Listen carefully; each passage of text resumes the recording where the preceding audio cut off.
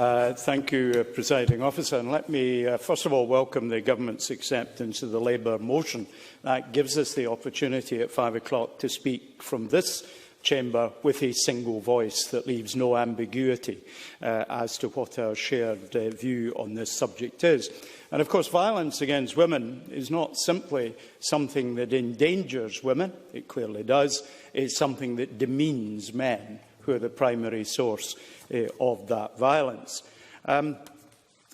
Laws, of course, are one way in which we can tackle the problem.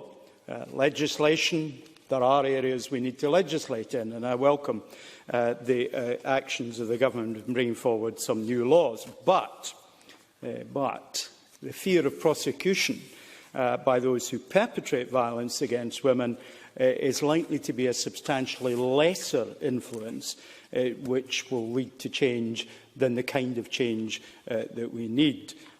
Gathering evidence, in particular when much of the violence is psychological as much as it's physical, much of the violence takes place out of sight of witnesses, is a difficult task for the justice system to undertake. And nothing much we can do about that will address that issue.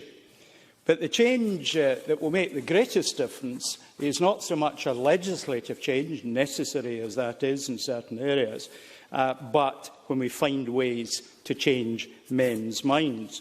Alison McInnes is correct that focusing on female victims feeds a reinforcement both through females seeing themselves as potential victims, but more importantly in relation to men, by showing to men that females are victim, inferior, something to be dominated. And I think there are dangers in a gender-based approach to risk management from this kind of violence.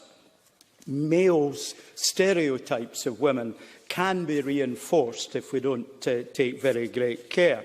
Now, there are wider societal benefits from tackling male attitudes and behaviours that lead to the abuse of women and indeed of girls. A man who uses what he perceives as his relative power actually, in fact, demonstrating his weakness. A strong man is a man who is able to share his power. A strong woman is a woman who is able to share his power, to stand back and let someone else have the space to be themselves. It's a weak man who has to enforce his will upon a woman, to use his power to abuse women.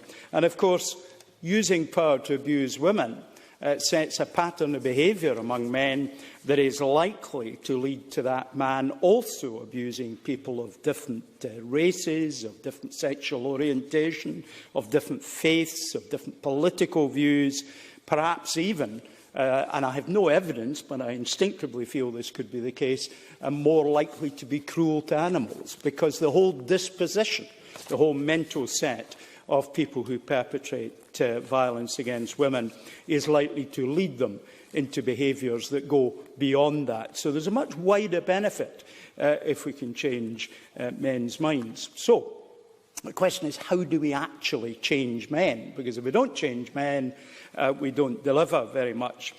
Firstly, and quite obviously, we've got to help the next generations of men grow up with different attitudes. And I think I see some progress in that regard.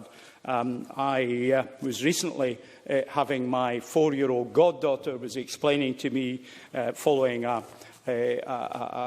visit across the road, to explain to me how the universe started. And it was a really quite good scientific explanation from a 4-year-old. And she had in her mind, she asked me which comes first, the chicken or the egg, and we debated that.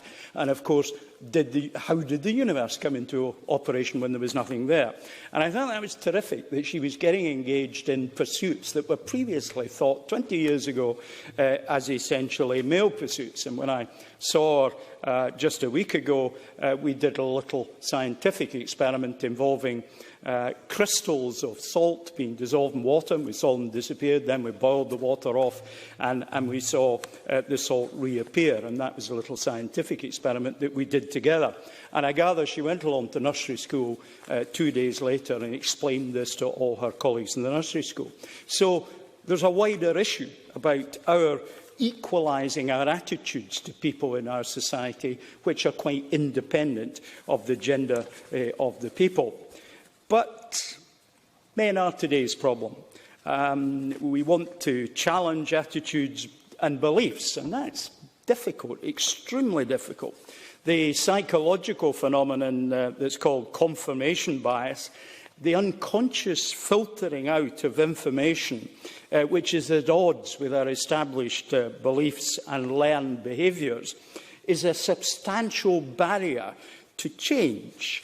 We need to, if we're going to persuade people to change their attitudes and their thinking, engage intensively, lots of it one-to-one. And we can only do that with the people whose behaviours are most severely affecting other people in society. So that's a limited approach and likely to be very costly. So I think the alternative approach that we've got to take is to focus on corralling, to restricting these unacceptable behaviours. And that means shifting wide community attitudes.